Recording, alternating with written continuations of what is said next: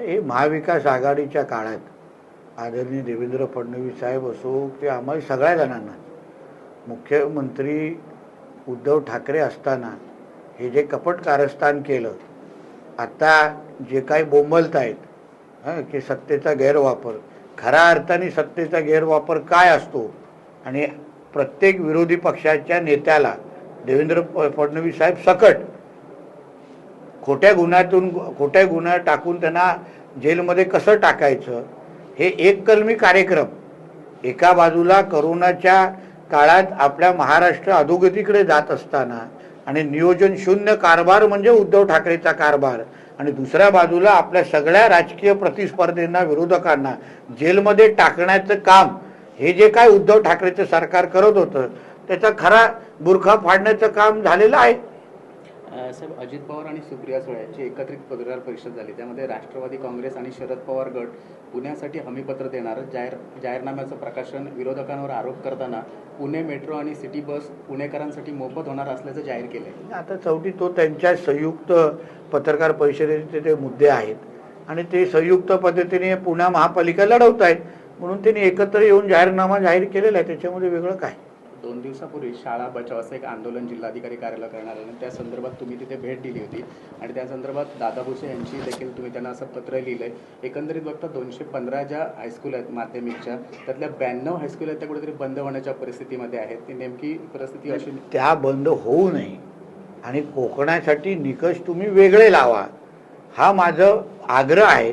आणि त्यामुळे मी शिक्षण मंत्री दादा भुसेजींना पत्र लिहिलेलं आहे.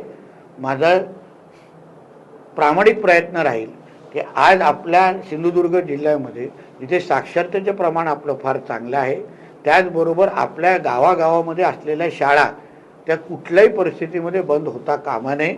आणि शासन म्हणून काही चुकीचे निर्णय असतील किंवा चुकीची माहिती दिली गेल्या असल्यामुळे जे निकष तुम्ही मराठवाडा, पश्चिम महाराष्ट्र, विदर्भाला लावता ते तुम्ही कोकणाला लावूच शकत नाही.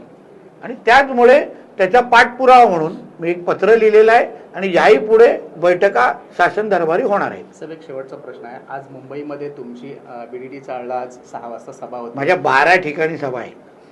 आजची जी सगळीकडेच मुंबईमध्ये मुंबई महापालिकेची निवडणूक लागलेली आहे आणि सगळीकडेच प्रचाराच्या निमित्ताने भारतीय जनता पक्ष आणि महायुतीचा प्रतिनिधी कार्यकर्ता म्हणून सगळीकडेच जाणार आहे. अख्ख्या मुंबईमध्ये आदित्य ठाकरेंवर तुम्ही काय बोलणार असं सगळ्या मुंबईकरांचं लक्ष लागलंय. आदित्य ठाकरेवर मी काय बोलतो हे मुंबईने महाराष्ट्राने ऐकलेलं आहे, आवाजासकट ऐकलेलं आहे, म्हणून दुसरं काय बोलणार. खऱ्या अर्थाने वरळी BDD चाळ असेल किंवा वरळी मतदारसंघ असेल, अवघ्या 6,000 आदित्य ठाकरे निवडून आलेले आहे. 6 म्हणजे काट्यावर पास झालेला विद्यार्थी आहे. म्हणून BDD चाळचा खरा प्रश्न, खऱ्या अर्थाने घरांचा प्रश्न, मराठी माणूस आणि हिंदू समाजाच्या घरांचा खऱ्या अर्थाने प्रश्न सोडवणं हे आदरणीय देवेंद्र फडणवीस साहेबांनी केलेलं आहे. आमच्या कार्यकाळामध्ये त्यांना घरं मिळालेली आहे. आदित्य ठाकरेंनी नुसतं फोटो सेशन केलेले आहेत आणि नाईट लाईफ सोडून काहीच केलेलं आहे. आणि उर्वरित काय असेल तर तिथे जाऊन काढू. असुद्दीन ओवैसी असं म्हणतात, पाकिस्तानच्या घटनेत लिहिलंय की एकाच समाजाचा माणूस राष्ट्राध्यक्ष बनू शकतो, इतर कोणी नाही. पण डॉक्टर बाबासाहेब आंबेडकर यांच्या घटनेत कोणीही भारतीय पंतप्रधान बनू शकतो. एक दिवस असा येईल हिजाब घालणारी महिला या देशाची पंतप्रधान होईल. तो दिवस बघण्यासाठी मी कदाचित जिवंत नसेल, पण हा दिवस नक्की येईल. एक लक्षात घ्या, डॉक्टर बाबासाहेब आंबेडकरांच्या घटनेमध्ये एक भारतीय पंतप्रधान होऊ शकतो असं लिहिलेलं आहे. जिहादी नाही, जिहाद करणारे बिलकुल नाही. आणि जो भारताचा नागरिक आहे, ज्यांनी या भारताला आपला देश स्वीकारलेला आहे, भारताच्या ध्वजाला आपला ध्वज म्हणतात, वंदे मातरम आमच्या बरोबर म्हणतात, त्याच हिंदू राष्ट्रामध्ये फक्त एक हिंदूच बनू शकतो हेच आमच्या संविधानामध्ये लिहिलेलं आहे. आणि म्हणून मी ओवैसींना विचारेन, पहिला प्रश्न त्यांनी आम्हाला हा उत्तर द्यावं, त्यांच्यासाठी संविधान महत्वाचं आहे की कुराण महत्वाचं आहे? कारण का प्रत्येक मुसलमान समाजाचा व्यक्ती हा कुराणलाच मानतो, संविधान त्याच्यानंतर येतं. आणि कुराणमध्ये सरळ स्पष्ट लिहिलेलं आहे की जो मुसलमान आहे त्याला सोडून दुसऱ्याला मोजायचंच नाही. आणि म्हणून ओवैसीला सांगीन, जास्त संविधानाबद्दल तू थोबाड उघडू नको, नाहीतर डॉक्टर बाबासाहेब आंबेडकरांचे इस्लामबद्दल काय विचार आहेत ते आम्हाला जाहीर करायला लागतील.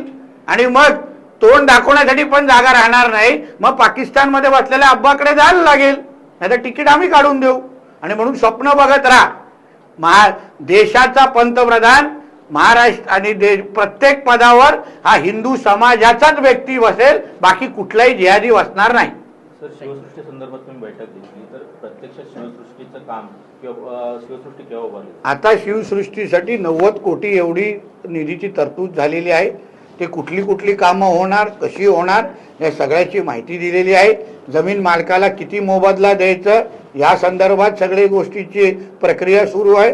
म्हणून लवकरच सगळ्यांच्या सूचना घेतलेल्या आहेत. आदरणीय दीपक केसरकर साहेब होते, खासदार राणे साहेबांच्या सूचना आलेल्या आहेत, आमदार निलेशजींच्या सूचना आलेल्या आहेत. आणि सगळ्या सूचनांचं पालन करून आंतरराष्ट्रीय दर्जाची शिवसृष्टी आमच्या राजकोटमध्ये बांधण्याच्या दृष्टिकोनातून आमची प्रक्रिया सुरू झालेली आहे.